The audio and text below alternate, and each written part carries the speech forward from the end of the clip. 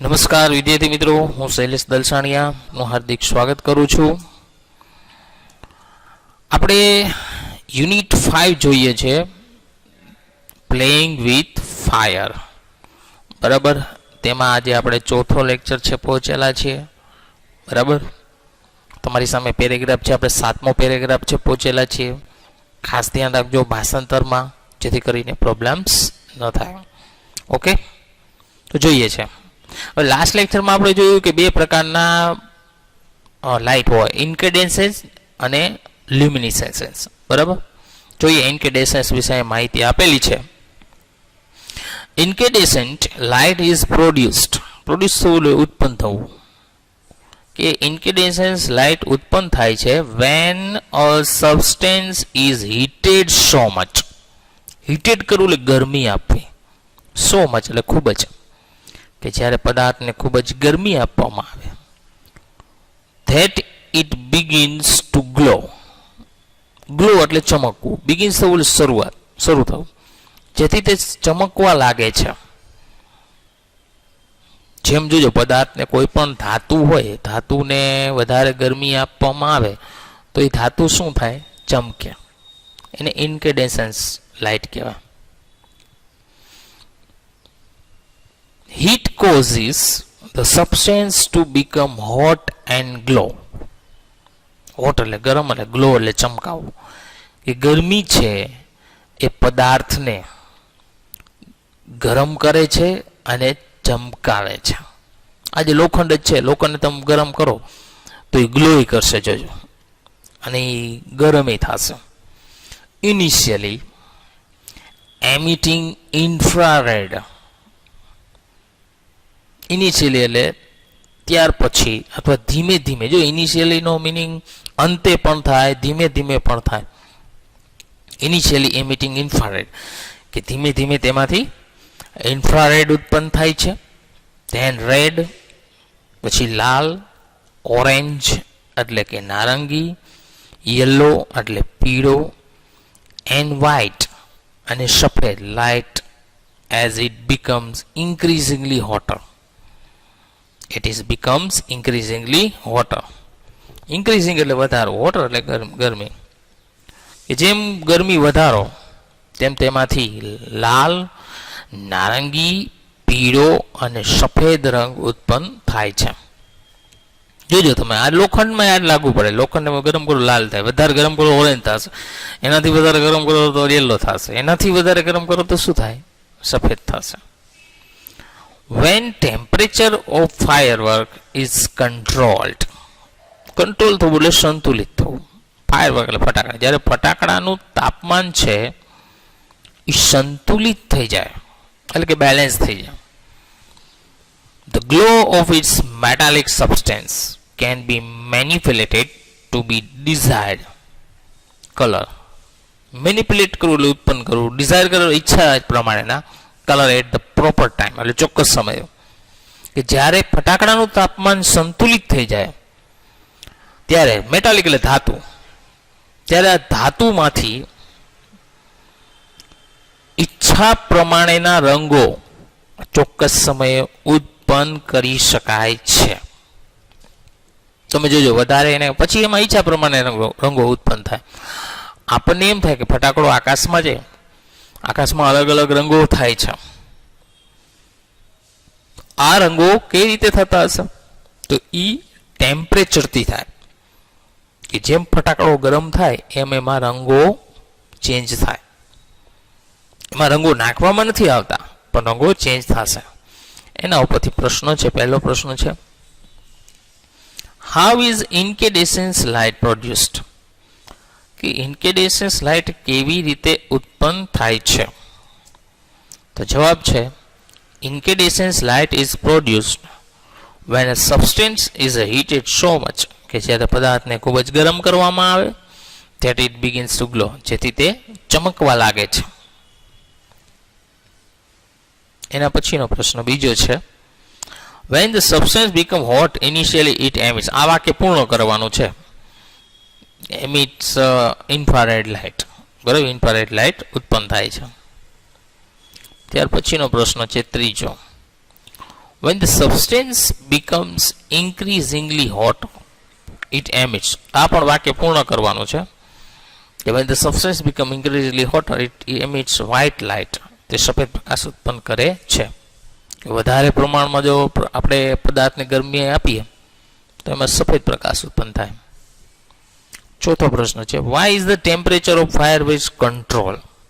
કે શા માટે ફટાકડાનું તાપમાન છે સંતુલિત થાય છે? તો જવાબ છે the temperature of fireworks is controlled. કે ફટાકડાનું તાપમાન સંતુલિત થાય છે so that the glow of its metallic substance, તેથી ધાતુના પદાર્થની ચમક can be manipulated to be desired color at the proper time. જેથી ચોક્કસ સમયે છે ઈચ્છા પ્રમાણે રંગો એમાંથી ઉત્પન્ન કરી શકાય છે. ત્યાર પછીનો પેરેગ્રાફ છે 8મો પેરેગ્રાફ આપણે પહોંચ્યા છીએ. The principle behind any firework. Principal નિયમ અથવા સિદ્ધાંત. The principle behind any fireworks is that કે કોઈ પણ ફટાકડા પાછળનો સિદ્ધાંત છે that કે when heat is applied to fuel એટલે બળતણ, કે જ્યારે બળતણને ગરમી આપવામાં આવે તો ગન પાવડર, જો એમાં કાઉન્સમાં લખ્યું ગન પાવડર અથવા તો gun powder, it burns using oxygen. તે ઓક્સિજનની મદદથી સળગે છે. એ તો સ્વાભાવિક, દરેક બળતણને તમે ગરમી આપો એટલે કે એને સળગાવો તો ઓક્સિજનની મદદથી સળગવાનો છે. However, આ ઉપરાંત because the fuel is packed tightly, fuel એટલે બળતણ, પેક ટાઇટલી એટલે ચુસ્ત રીતે એને બંધ કરી દેવામાં આવે, કે બળતણને ચુસ્ત રીતે બંધ કરી દેવામાં આવે ટુ કીપ ધ હીટ, એટલે કે તેને ગરમી આપવા. In the burning tax place all of sudden, જેથી અચાનક છે તેમાં તે સળગી ઉઠે. કારણ કે બળતણને છે અચાનક સળગી ઉઠે તે રીતે તેને ચુસ્ત રીતે બંધ કરવામાં અથવા ચુસ્ત રીતે એને પેક કરવામાં આવે છે. ફટાકડામાં આ જ નિયમ છે કે ફટાકડાને ચુસ્ત રીતે વીટેલો હોય, ગન પાવડર અંદર ગન પાવડર હોય પછી એને ચુસ્ત રીતે વીટેલો હોય, અચાનક એને સળગાવવામાં આવે તો શું થાય? સળગી જાય. It causes the characteristic loud noise. Characteristic એટલે કે લક્ષણ, લાક્ષણિકતા, કે જેનામાં લાઉડ નોઇઝ એટલે મોટો ધડાકાનો, મોટો ધડાકો એમ, મોટો અવાજ જેને કહેવાય, જેથી તેનામાં મોટા અવાજનું લક્ષણ આવે છે. કારણ કે એક રીતે ચુસ્ત રીતે બંધ કરી દેવામાં આવે તો પછી એકી સાથે ફૂટે તો મોટો ધડાકો થવાનો છે. The actual manufacturing process of firework is simple. કે હકીકતમાં ફટાકડા બનાવવાની અથવા ઉત્પાદન કરવાની પ્રક્રિયા સરળ છે. સરળ છે એટલે કે બધા ન બનાવી શકે. The raw materials required are fuel. raw material એટલે કાચો માલ, કે કાચા માલમાં જરૂરી છે બળતણ, ફ્યુલ એટલે બળતણ, બાઇન્ડર્સ, બાઇન્ડર્સ એટલે જે ઓલું બાંધીએ એને બાઇન્ડર્સ કહેવાય, ઓક્સિડાઇઝર્સ એટલે વાટ, જે વાટ હોય એને, ટુ મેક ઇટ બર્ન્સ એટલે કે તેને સળગાવવા માટે, and a few other materials, અને અમુક બીજી સામગ્રી. આટલું જોઈએ. The ingredients are ground. ingredients એટલે મિશ્રણ, are ground એટલે કે એને દળી નાખવામાં આવે છે, and mixed well અને તેને સારી રીતે મિશ્રણ કરવામાં આવે છે. The mixture is pushed through a machine, કે મિક્સરને મશીનમાં ધકેલવામાં આવે છે, from which it come out as a long rolls or strip, કે જ્યાં તે એક લાંબા રોલમાં અથવા એક સ્ટ્રીપ એટલે ભૂંગળીમાં બહાર આવે છે. And then rolled in cardboard, પછી તેને કાર્ડબોર્ડમાં વીંટવામાં આવે છે, or all newspaper with the fuse, fuse એટલે વાટ, અને વાટની સાથે તેને કાર્ડબોર્ડ અથવા જૂના છાપાઓમાં વીંટવામાં આવે છે.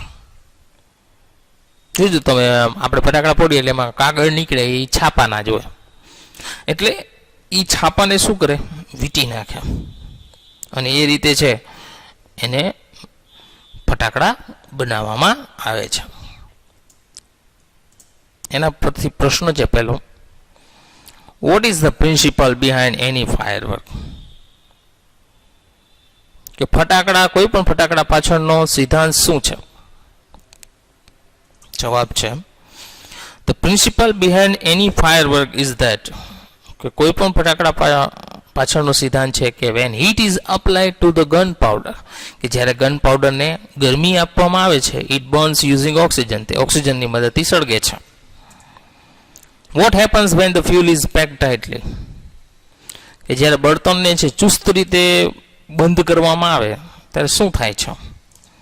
તો કે when the fuel is packed tightly, કે જ્યારે બળતણને છે ચુસ્ત રીતે બંધ કરવામાં આવે, the heat is kept in,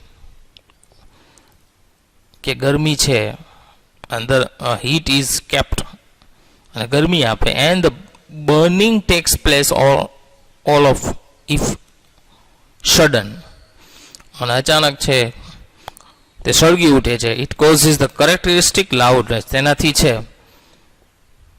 મોટા ધડાકાનું એનામાં લક્ષણ આવે છે. થોડીક અહીં સ્પેલિંગ મિસ્ટેક છે, જરાક જોઈ લેજો. એના પછીનો પ્રશ્ન છે, which raw materials are required to manufacture firework, કે ફટાકડા બનાવવા માટે કયું કાચી સામગ્રીની જરૂર હોય છે?